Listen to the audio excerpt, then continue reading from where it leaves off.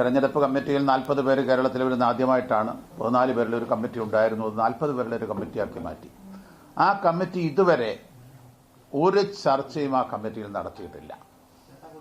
കോൺഗ്രസിന്റെ നടപടിക്രമം അനുസരിച്ച് പ്രദേശ് സെലക്ഷൻ കമ്മിറ്റിയിൽ സ്ഥാനാർത്ഥികളുടെ ലിസ്റ്റ് വെക്കണം.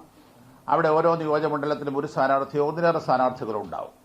അതിനെക്കുറിച്ച് ഓരോ സീറ്റുകളെക്കുറിച്ചും സ്ഥാനാർത്ഥികളെക്കുറിച്ചും ചർച്ച നടത്തിയിട്ട് ആ പാനല് സ്ക്രീനിംഗ് കമ്മിറ്റിക്ക് അയക്കണം. ആ സ്ക്രീനിംഗ് കമ്മിറ്റി ആ ലിസ്റ്റ് ചുരുക്കി 1 പേരോ 2 പേരോ ആക്കി സെൻട്രൽ ഇലക്ഷൻ കമ്മിറ്റിയിലേക്ക് അയക്കണം. ആ സെൻട്രൽ ഇലക്ഷൻ കമ്മിറ്റിയാണ് അവസാനമായി ഓരോ ആളുകളെ തീരുമാനിക്കുക. അപ്പോൾ പ്രാഥമികമായി ചെയ്യേണ്ടത് കേരളത്തിലെ ഇലക്ഷൻ കമ്മിറ്റിയിൽ ഈ സ്ഥാനാർത്ഥികളുടെ പേരുകളടങ്ങുന്ന പാനൽ സമർപ്പിക്കുകയാണ്. 2 പ്രാവശ്യം ഈ കമ്മിറ്റി കൂടിയപ്പോഴും ഈ പാനൽ ഞങ്ങൾ ആവശ്യപ്പെടുകയുണ്ടായി, ഞാൻ ആവശ്യപ്പെടുകയുണ്ടായി, എന്നോടൊപ്പം പലരും ആവശ്യപ്പെടുകയുണ്ടായി. പക്ഷേ ഈ പേരുകളെല്ലാം ഉമ്മൻചാണ്ടിയുടെയും രമേശിന്റെയും മനസ്സിൽ മാത്രമാണ്, അല്ലെങ്കിൽ അവരോടൊപ്പം നിൽക്കുന്ന ഗ്രൂപ്പ് നേതാക്കന്മാരുടെ കയ്യിലാണ്. ഒരൊറ്റ നിയോജക മണ്ഡലത്തിൽ പോലും ഒരുപക്ഷെ 20 MLA-മാർ 21 MLA-മാരുടെ സ്ഥലത്തല്ലാതെ ബാക്കിയുള്ള സ്ഥലങ്ങളിലൊന്നും ആരുടെ പേരാണ് പ്രപ്പോസ് ചെയ്യുന്നത് ഡൽഹിയിലേക്ക് എന്ന് പോലും ഇതുവരെ പ്രദേശ് സെലക്ഷൻ കമ്മിറ്റി അറിഞ്ഞിട്ടില്ല. ഒരു ജനാധിപത്യ പാർട്ടിയിൽ പ്രദേശ് സെലക്ഷൻ കമ്മിറ്റി എന്ന് പറയുന്നത് പേരുകൾ കളക്ട് ചെയ്ത് അതിൽ പാനലാക്കി ചർച്ച ചെയ്ത് അതിൽ ഒഴിവാക്കേണ്ടത് ഒഴിവാക്കി ഇങ്ങോട്ട് അയക്കാൻ വേണ്ടിയുള്ളതാണ്. ആ ഒരു പ്രോസസ്സ് നടക്കാതെയാണ് ഇപ്പോൾ സ്ക്രീനിംഗ് കമ്മിറ്റിയുടെ പ്രവർത്തനം ആരംഭിക്കുന്നത്. ഇന്ന് screening committee chairman Shri HK Patil എന്നെ വിളിച്ചിരുന്നു. ഞാൻ അദ്ദേഹത്തോട് ഈ കാര്യമൊക്കെ പറഞ്ഞു. നിങ്ങളുടെ മുൻപിലേക്ക് വന്നിട്ടുള്ള ലിസ്റ്റ് എനിക്കറിയില്ല, ഞങ്ങൾ ആരും കണ്ടിട്ടില്ല, ഞാൻ ഇലക്ഷൻ കമ്മിറ്റി മെമ്പറാണ്, ഞങ്ങൾ കണ്ടിട്ടില്ല. അങ്ങനെ ഒരു പ്രാഥമിക ചർച്ച കമ്മിറ്റിയിൽ നടന്നോ എന്ന് നിങ്ങൾ ചോദിക്കണം. അങ്ങനെ ഒരു ചർച്ച നടന്നിട്ടില്ല, അങ്ങനെ ഒരു പാനൽ ഉണ്ടാക്കിയിട്ടില്ല. കുറെ പേരുകൾ കമ്പൈൽ ചെയ്ത് ഉമ്മൻചാണ്ടിയും രമേശും നിങ്ങൾക്ക് തന്നിട്ടുണ്ടാവും.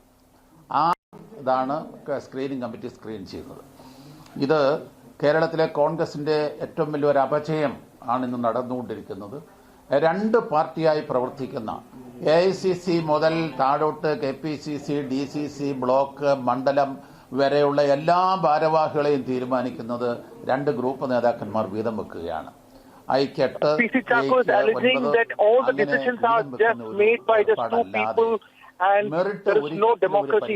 പാർട്ടി ഭാരവാഹിത്വത്തിനോ ഇപ്പോൾ ഏറ്റവും ഒടുവിൽ സ്ഥാനാർത്ഥിത്വത്തെക്കുറിച്ച് ഞങ്ങൾ എപ്പോഴും പറയാറുള്ളത് വിന്നബിലിറ്റി പരിഗണിക്കണം, മറ്റ് പല പരിഗണനകളും വേണം എന്ന് പറയും. ഇവിടെ വിന്നബിലിറ്റി ഇല്ല.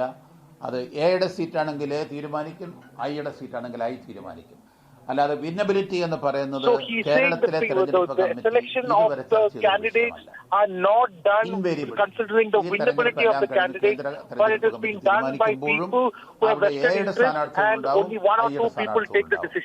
എയുടെ സ്ഥാനാർത്ഥികൾക്ക് വേണ്ടി എയുടെ നേതാക്കന്മാരും ഐയുടെ സ്ഥാനാർത്ഥികൾക്ക് വേണ്ടി ഐയുടെ നേതാക്കന്മാരും പ്രവർത്തിക്കുക എന്നതല്ലാതെ ഒരു പാർട്ടിയായി സുധീരനും ഞാനും ഒക്കെ പലപ്പോഴും ഇവിടെ ഈ കാര്യത്തെക്കുറിച്ച് പരാതിപ്പെട്ടിട്ടുണ്ട്. ഹൈക്കമാൻഡിന് അറിയാവുന്ന കാര്യമാണ്. പക്ഷെ നിർഭാഗ്യവശാൽ കേരളത്തിൽ നിന്ന് വളർന്ന ദേശീയ തലത്തിൽ വന്ന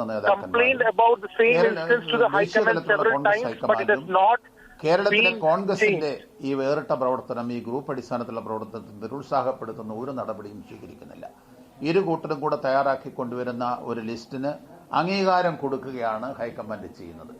ഇതിനേക്കാൾ വലിയൊരു ജനാധിപത്യ വിരുദ്ധമായ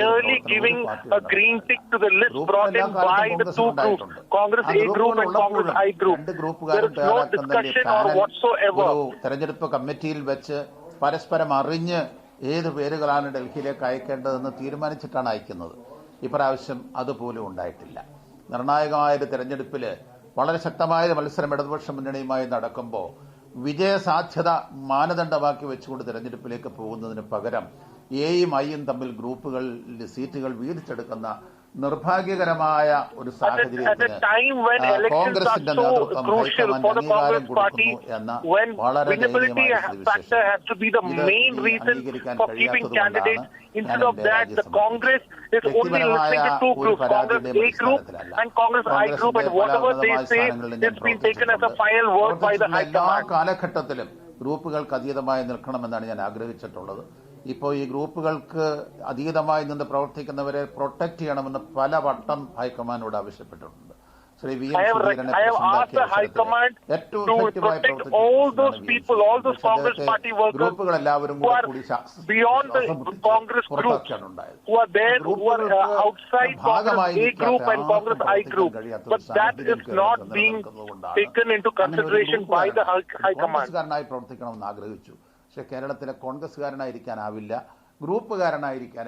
I always wanted to work as a congressman, but unfortunately it doesn't look like that I can be a congressman with this kind of working. And hence I have decided to resign. It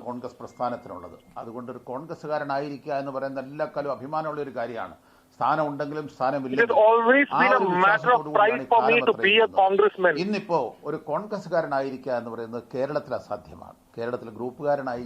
But today, the way the Congress party is working, it is impossible to remain a loyal congressman.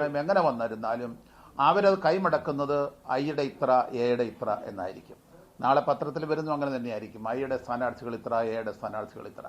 അങ്ങനെ രണ്ടായി പ്രവർത്തിക്കുന്ന രണ്ട് ഗ്രൂപ്പുകളുടെ ഒരു ഏകോപന സമിതിയായി കോൺഗ്രസ് പ്രവർത്തിക്കുന്നു. ഇവിടെ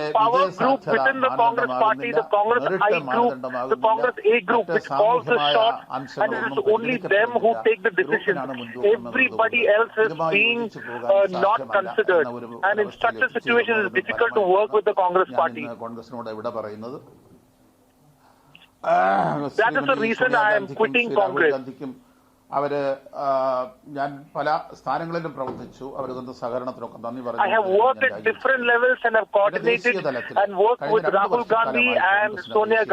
സജീവമല്ല. ശ്രീ രാഹുൽ ഗാന്ധി രാജിവെച്ചു. അദ്ദേഹത്തിന്റെ രാജി വർക്കിംഗ് കമ്മിറ്റിയിൽ, ഞാൻ വർക്കിംഗ് കമ്മിറ്റിയിൽ പങ്കെടുക്കുന്ന ആളായിരുന്നു. ആ രാജി ആരും അംഗീകരിച്ചില്ല. വർക്കിംഗ് കമ്മിറ്റി ഒറ്റക്കൈ അദ്ദേഹത്തോട് പിൻവലിക്കണമെന്ന് ആവശ്യപ്പെട്ടെങ്കിലും അദ്ദേഹം പിൻവലിച്ചില്ല. കോൺഗ്രസിന് ഒരു നേതൃത്വമില്ലാതെ ഒരു വർഷത്തോളം പോയി. Without a leadership, Congress have been working at the center for more than a year. ഏറ്റെടുക്കാൻ തയ്യാറായത് വേറെ ആരുമില്ല. കോൺഗ്രസ് ഹെഡ്ലെസ് ആയിട്ടാണ് 1.5 വർഷക്കാലം പോയത്. Congress is working like a headless party. Sonia Gandhi പ്രസിഡന്റായി. പക്ഷെ എന്നിട്ടും ഒരു പുതിയ പ്രസിഡന്റിനെ കണ്ടെത്താൻ കോൺഗ്രസിന് കഴിയുന്നില്ല. Congress is unable to even find a president for the party. ഒരു ഒപ്പിടൽ പ്രസ്ഥാനം ശരിയാണെന്ന് എനിക്ക് തോന്നുന്നില്ല. സിഗ്നേച്ചർ ക്യാമ്പയിൻ നടത്തിയാൽ നേതൃത്വത്തെ ചോദ്യം ചെയ്യുന്നത് പോലെ വരും. ഈ അഭിപ്രായ വ്യത്യാസം പറഞ്ഞവരാരും ഇന്ന് വരെ കോൺഗ്രസിന്റെ നേതൃത്വത്തെ ചോദ്യം ചെയ്തിട്ടില്ല. കോൺഗ്രസ് പ്രസിഡന്റിനെയോ കോൺഗ്രസിന്റെ ശ്രീ രാഹുൽ ഗാന്ധിയോ കോൺഗ്രസ് നേതൃത്വത്തെയോ ഇവരാരും ചോദ്യം ചെയ്തിട്ടില്ല. പക്ഷെ കോൺഗ്രസിൽ തെരഞ്ഞെടുപ്പ്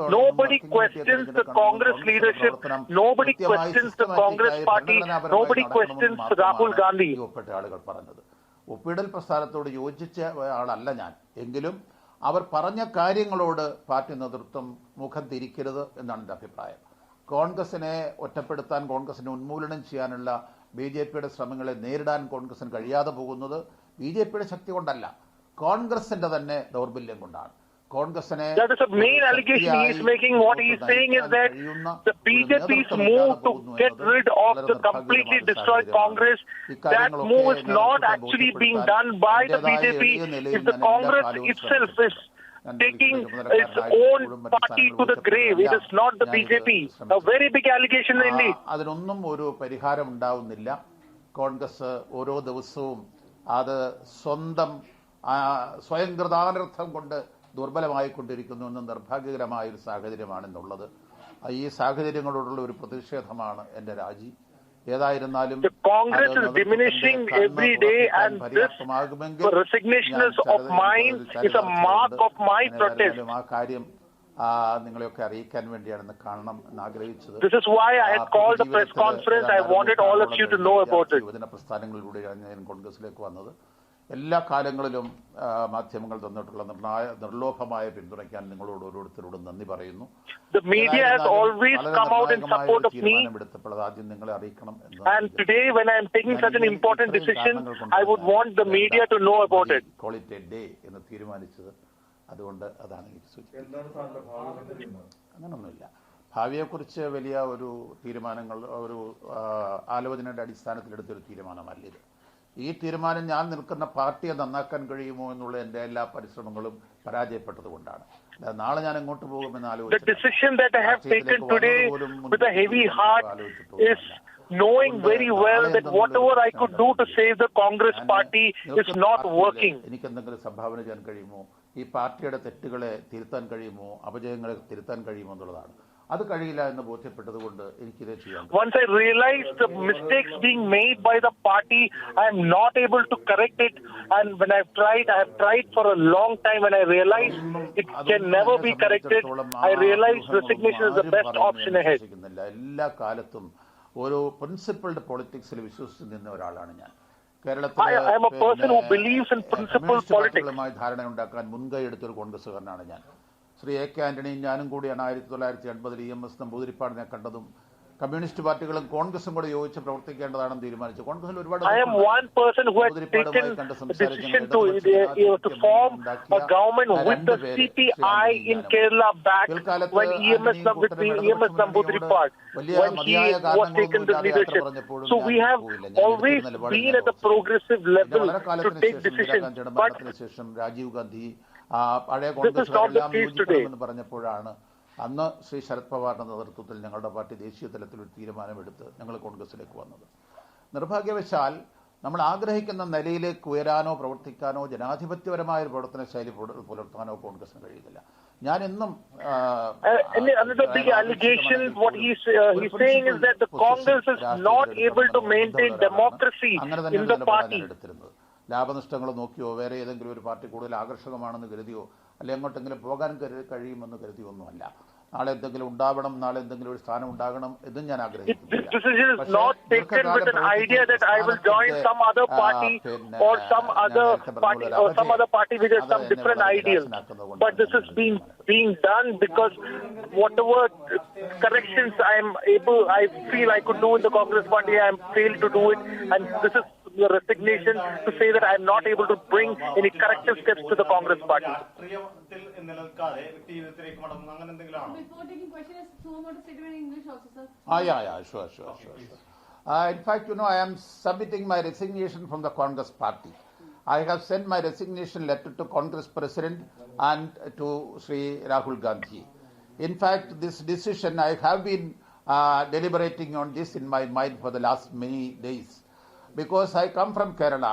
Kerala, there is no Congress party as such. There are two parties. One party is Congress I, one party is Congress A. It is a coordination committee of two parties that is functioning as the KPCC. So this groupism is the biggest bane of the Congress party in Kerala. Kerala is facing a very crucial election, and this election, people want the Congress to come back. But what is the stumbling block is the groupism, which is being practiced by the top leaders of the Congress party. I have been continuously arguing with the High Command that this should be put an end to this groupism in the state. But unfortunately, the High Command is also agreeing for the proposal given by both the groups. Both the groups, they sit at some private place and they divide the seats. Congress is contesting 90 seats. 90 seats are divided between I and A. I seats are filled up by I group, A seats are filled up by A group. They make a panel and bring here. That panel was not placed in the election committee. I am a member of the election committee. Election committee twice. In that committee, this panel of names were not presented. Election committee means first they have to go through the panel. All the names, those who are desirous of contesting, their name should be made into a panel and that should be placed in the committee. That was not done. And High Command did not ask them whether you have gone through the list. We do not know. Umman Chandy and Ramesh know who is going to contest from where. Other than these 20 MLAs, sitting MLAs, nobody know who is the name proposed from a constituency. That means these are only by the group leaders and not by the party or party's committee. So this is a situation which there may be a groupism in other states also, but this kind of a groupism, that two separate parties under one roof, that is the Congress in Kerala, this I do not think that this is happening or prevailing in other states. This is a very, very disturbing and disappointing situation. I tried my best to, invite the attention of the Congress High Command and their intervention, but I am not successful. Even though I have a very close contact with the High Command and all that, I am not able to succeed in my effort. So I find that there is no point in continuing. Congress is a great tradition. Being a congressman is a prestigious thing, but Today in Kerala, nobody can be a congressman. One can be I group or one can be A group. Nobody can be a congress. That is the situation in Kerala. So I decided to call it a day because this is not what we want. When 50 years back, when we all joined the student movement, youth movement and Congress, we thought that the great tradition of the Congress we can inherit. Today we cannot do that. We can be either this group or that group. So I decided that the High Command is also a mute witness to this disastrous, situation, and there is no remedy. So there is no other way other than submitting the resignation. So you have taken a principled stand against BJP earlier. So do you think that your action now will help BJP, or and you say that Congress is not functioning properly? So to defeat BJP, will you support the left? No, in fact, BJP is not going to make any gain in Kerala. That is my assessment. We all know that in the last 70 years they have only one seat. One seat may become 2 seats, but that is nothing. Kerala, BJP is no factor. Even though they are spending money like anything, Prime Minister, Home Minister, everybody is there every day.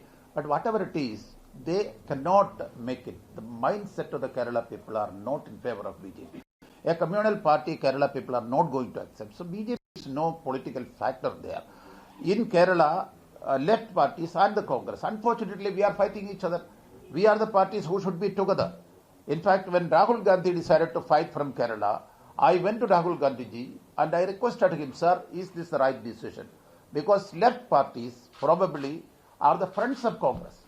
When Indira ji was there, Rajiv ji was there, left parties were always supporting Congress because our fight is against the BJP.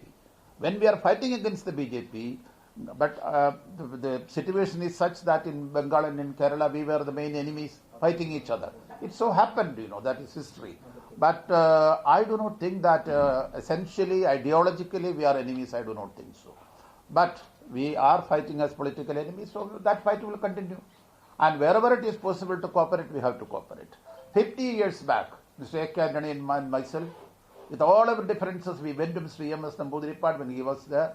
We suggested that we must have a democratic and left alliance. That is how we made the alliance.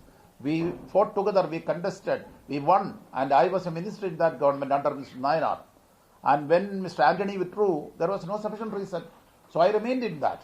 Then after that, after Indira Gandhi, after Rajiv Gandhi became the leader, he suggested that all the erstwhile Congress people come together. That was the occasion when we all came back to the Congress party. But unfortunately today, this dithering is happening. And that is the position. So I have no future plans. I have no affinity to any political party other than Congress. My association with the Congress, I am, today I am resigning and it's over. ദേശീയ തലത്തിൽ പ്രവർത്തിച്ചു എന്ന് പറഞ്ഞപ്പോൾ അങ്ങേക്ക് ഈ കേരളത്തിലെ ഇഷ്യൂമായിട്ട് ബന്ധപ്പെട്ട് രാജിയിലേക്ക് നീങ്ങുന്നത് ഒരുപക്ഷെ ഈ സീറ്റുമായി ബന്ധപ്പെട്ടുള്ള എന്തെങ്കിലും ഇഷ്യൂ ആണ് അങ്ങ് സീറ്റ് ആവശ്യപ്പെട്ടിരുന്നു ഈ Today, in fact, Mr. Patil, the chairman of the screening committee, called me for a breakfast. I was with him for breakfast. He asked me, what is your suggestion? I said, I don't want to make any suggestion. Because there was, as per some norms, if you decide, I will be happy. Because 50% should be youth, 20% should be women. Those who contested 5 times should not contest again. These are all the common norms acceptable to everybody. If you stick on to these norms, that is good. I will not say a word about any single candidate because I do not know which candidate Ramesh is supporting, which candidate Ummanchandi is supporting. There is no list there. No. ഞാൻ വളരെ നേരത്തെ തന്നെ ഞാൻ KPCC എക്സിക്യൂട്ടീവിൽ ഞാൻ ആ issue rice ചെയ്തു. അത് ശ്രീ സുധീരൻ അതിനെ സപ്പോർട്ട് ചെയ്തു. ഞാൻ 1980 ജയിച്ച് മന്ത്രിയായ ആളാണ്. ഞാൻ മന്ത്രിയായ സമയത്ത് ജനിച്ച ആളുകളാണ് ഇന്ന് സ്ഥാനാർത്ഥിയാകാൻ ആഗ്രഹിക്കുന്നത്. അപ്പോൾ ഒരു ചേഞ്ച് ഓഫ് ഫേസ് വേണമെങ്കിൽ ഞങ്ങളൊക്കെ മാറണ്ടേ? അതുകൊണ്ട് ഞാൻ അടക്കം അന്ന് മുതൽ മത്സരിക്കുന്ന എല്ലാവരും മാറണമെന്നൊരു നിർദ്ദേശം കമ്മിറ്റിയിൽ വെച്ചത്, ഇപ്രാവശ്യത്തെ കമ്മിറ്റിയിൽ വെച്ചത് ഞങ്ങൾ തന്നെയാണ്. ഞാൻ അന്ന് തന്നെ ശ്രീ മുല്ലപ്പള്ളിയോട് പറഞ്ഞു, നിങ്ങൾ മത്സരിക്കുന്നു എന്ന് പറഞ്ഞ് പത്രത്തിൽ വാർത്ത വരുന്നുണ്ട്, നിങ്ങൾ നിഷേധിക്കണം. കാരണം KPCC പ്രസിഡന്റ് എന്ന് പറയുന്നൊരു വലിയ സ്ഥാനമാണ്. അതുകൊണ്ട് ആ KPCC പ്രസിഡന്റ് സ്ഥാനാർത്ഥിയാകാൻ പോകുന്നു എന്ന് പറയുമ്പോൾ സ്ഥാനാർത്ഥിയാകാനുള്ള ഓട്ടം മാത്രമാണ് കോൺഗ്രസിലെന്ന് കരുതരുത് എന്ന് ഞാൻ തന്നെ പറഞ്ഞു. അപ്പോൾ സ്ഥാനാർത്ഥിത്വത്തെക്കുറിച്ചുള്ള ആഗ്രഹമോ മോഹമോ താല്പര്യമോ ആരെങ്കിലും സ്ഥാനാർത്ഥി ആക്കണം എന്നുള്ള അഭിപ്രായമോ എനിക്കില്ല. അതുണ്ടായിരുന്നില്ല. ഞാൻ I have no personal recommendation on who should be a candidate and everything, but all I want is that there should be a democracy in selection of candidates. തീരുമാനം എടുക്കാനിടയായ സാഹചര്യങ്ങളാണ് ഞാൻ വിശദീകരിച്ചത്. Being A political person, naturally I will be interested in the political developments. Beyond that, I may not have any attachment with any political party. Pardon me? Yakobaya സഭയുമായി അടക്കമൊക്കെയുള്ള ചർച്ചകൾ നടത്തിയിരുന്നു എന്ന തരത്തിലൊക്കെ റിപ്പോർട്ടുകൾ ഉണ്ടായിരുന്നു. അങ്ങനെ സഭയുമായൊക്കെ എനിക്കതുമായിട്ടൊന്നും ബന്ധമില്ല. ഞാൻ ഇത്തരം എല്ലാവരും ജനിക്കുന്ന ഏതെങ്കിലും സമുദായത്തിലോ മതത്തിലോ ഒക്കെ ആയിരിക്കും, പക്ഷെങ്കിൽ എനിക്ക് അത്തരം യാക്കോബായ സഭയുടെ തീരുമാനങ്ങളുമായിട്ട്. The question was raised when the journalist asked, is your resignation related to the latest statements made by the Jacobite Christian community saying that they would come in support of those parties who helped them get back their church? And he has responded by saying, no, this decision is not connected to any of that. NCP നേതാവ് ശരത് പവാറുമായി താങ്കൾക്ക് വളരെ നല്ല വ്യക്തിബന്ധമുള്ള ഒരാളാണ്. താങ്കൾ നേരത്തെ തന്നെ പറഞ്ഞു താങ്കൾ ആന്റണിയുടെ കൂടെ ഇടതുപക്ഷത്ത് പോയപ്പോൾ തിരിച്ചു വരുന്നത് അന്ന് കമ്പിടിച്ച നേതാവാണ്, ദേശീയ നേതാവാണ് ശരത് പവാർ. അപ്പോൾ അത്രയും കാലത്തെ ബന്ധം താങ്കൾക്കുണ്ട്. അതുകൊണ്ട് തന്നെ NCPയിലേക്ക് പോകുമെന്നുള്ള അഭ്യൂഹങ്ങൾ പ്രചരിക്കുന്നുണ്ട്. അതിനോട് താങ്കൾ എന്താണ്? ഞാൻ നേരത്തെ നിഷേധിച്ചിരുന്നല്ലോ. NCPയിലേക്ക് പോവുകയാണ്, NCP റൂട്ട് ആണ്, അതുവഴി ഇടതുപക്ഷത്തേക്ക് പോവുകയാണെന്നൊക്കെ പറഞ്ഞ് അവിടെ ചില വാർത്തകളൊക്കെ വന്നിരുന്നു. ആ വാർത്തകൾ ഞാൻ അന്ന് തന്നെ നിഷേധിച്ചിരുന്നു. ശ്രീ ശരത് പവാർ പാർട്ടിയിൽ ഞങ്ങൾ the question asked was whether there is a rumor that you may move to the NCP or to the left. He has completely denied it. He said there is no decision on that made till date. കോൺഗ്രസിനകത്ത് പലരും പല കാലാകാലങ്ങളിൽ പ്രസിഡന്റുമാരായിട്ടുണ്ട്. AO Hume മുതൽ ഇങ്ങോട്ട് പല ആളുകളും കോൺഗ്രസിന്റെ നേതൃത്വത്തിൽ ഉണ്ടായിട്ടുണ്ട്. അതുകൊണ്ട് ഒരു വ്യക്തിയുടെ ദേശീയതയോ അല്ലെ അവരുടെ സിറ്റിസൺഷിപ്പോ ഒന്നും അല്ല നമുക്ക് വിവാദമാക്കേണ്ടത്. കോൺഗ്രസിന്റെ ഐഡിയോളജി ഉൾക്കൊള്ളുന്നവർ ഒന്നിച്ചു നിൽക്കുക എന്നുള്ളതാണ്. ശ്രീ പവാറുമായിട്ട് യോജിച്ചില്ല, ഞാൻ ആ പാർട്ടിയിലേക്ക് പോയില്ല. പക്ഷെങ്കിൽ I am somebody who will side with those who believe in the true ideology of the Congress party. ഞാൻ വേറൊരു മുന്നണിയിൽ, അവർ വേറൊരു മുന്നണിയിൽ, അവർ ഇടതുപക്ഷ മുന്നണിയുടെ ഭാഗമായി, ഞാൻ ഐക്യ ജനാധിപത്യ മുന്നണിയുടെ ഭാഗമായി.